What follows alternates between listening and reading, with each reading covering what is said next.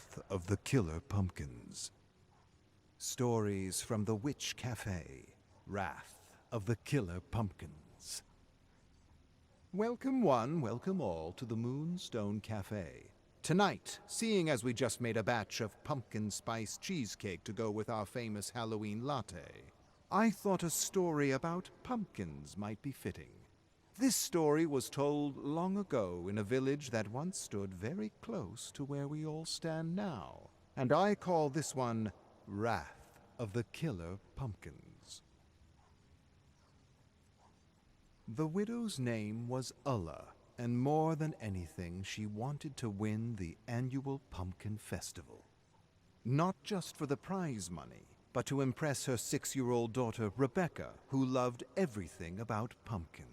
Their texture, their shape, their color, their smell, everything. But Ulla's pumpkins were nothing compared to her neighbor's pumpkins. Her neighbor Mona won the Pumpkin Festival every year, and she seemed to have a secret for growing perfect pumpkins. That's not to say Ulla's pumpkins were bad. They weren't. They just weren't very special. At best, they had been described by the great pumpkin judges as average. Average height, average width, average color, average smell, average. And average didn't win awards.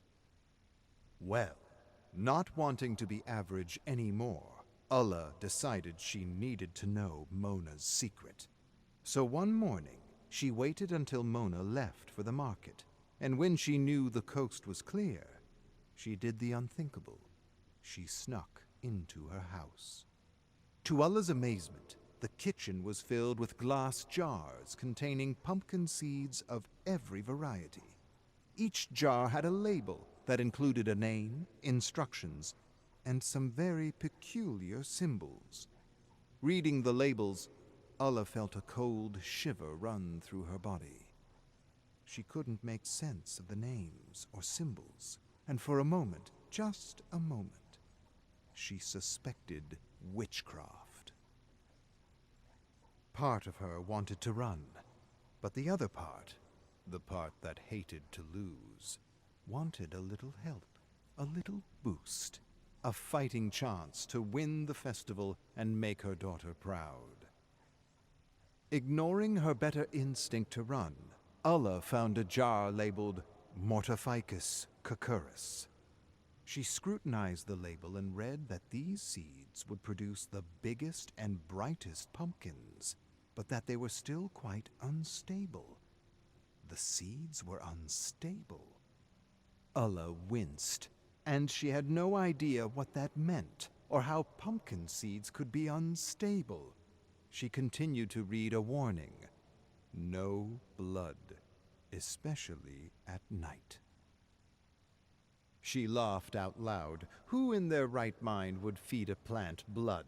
Who would heed such a warning? And for a moment she really thought that maybe, just maybe, Mona was a witch.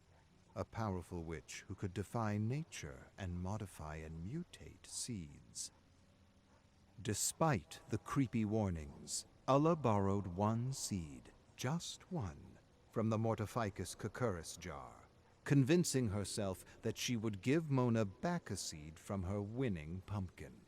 With that promise, she convinced herself she wasn't stealing, and she quickly returned to her small, humble farm. No sooner did Ulla return home than she planted the seed in her garden. To her amazement, there was a visible pumpkin growing the very next day. And every day after that, more pumpkins appeared, linked to a thorny green vine, unlike anything she had ever seen before. Well, to be sure, Rebecca jumped up and down with joy at the sight of the massive pumpkins. She couldn't stop hugging and measuring and sniffing the pumpkins. When the time came, Ulla told Rebecca to choose a pumpkin for the festival. And as she selected the choicest pumpkin from the patch, she got so excited that she tumbled into the thick green vines and cut herself against the thorns. The vines and pumpkins trembled momentarily with sudden life. Ulla dismissed the sudden movement as the wind and proceeded to dress her daughter's wounds. Then she placed the chosen pumpkin on a wheelbarrow and pushed it to the market to face the judges of the Great Big Pumpkin Festival. It didn't take long to declare Ulla the winner, and Rebecca jumped up and down and she screamed and celebrated that they had finally won the festival. Ulla reveled in her daughter's joy and felt a great surge of pride. But that joy was short-lived when Mona suddenly emerged from the crowd, admiring the winning pumpkin and sniffing it as though searching for a signature scent, a telltale, proof that Ulla had stolen one of her seeds. Then she put her ear to the pumpkin and locked eyes with Ulla. For a moment, it seemed as though she wanted to say something. But then Mona smiled, gave the pumpkin a gentle caress, and walked away. Ulla watched Mona until she disappeared, and she told herself she would gut her winning pumpkin and return a seed back to Mona just as soon as she returned home. And so, with exhausted arms, Ulla wheelbarrowed her pumpkin down the dirt road, with her daughter singing and skipping behind her in the moonlight. Caught up in the euphoria of winning, Ulla tried to skip with her daughter, but she missed a beat and twisted her foot on a stone. Ulla stumbled forward, lost control of the wheelbarrow, and the great big pumpkin tumbled out, smashing against a massive stone. Suddenly, mother and daughter froze in terror. Thick orange liquid like blood poured out of the busted pumpkin. Through the cracks they could see something moving, something breathing. Ulla approached the pumpkin slowly. She hesitated, then placed her fingers in the pulpy crack and pulled and pulled and... Whee! A pumpkin baby burst out and attached itself to her face. Pulp dripping down her face and back, Ulla ripped the pumpkin baby off her face and smashed it repeatedly against the ground as it wailed and screamed and finally died. Then she dropped the limp, pulpy corpse in the grass and watched it melt into a thick orange puddle of steaming pumpkin pus.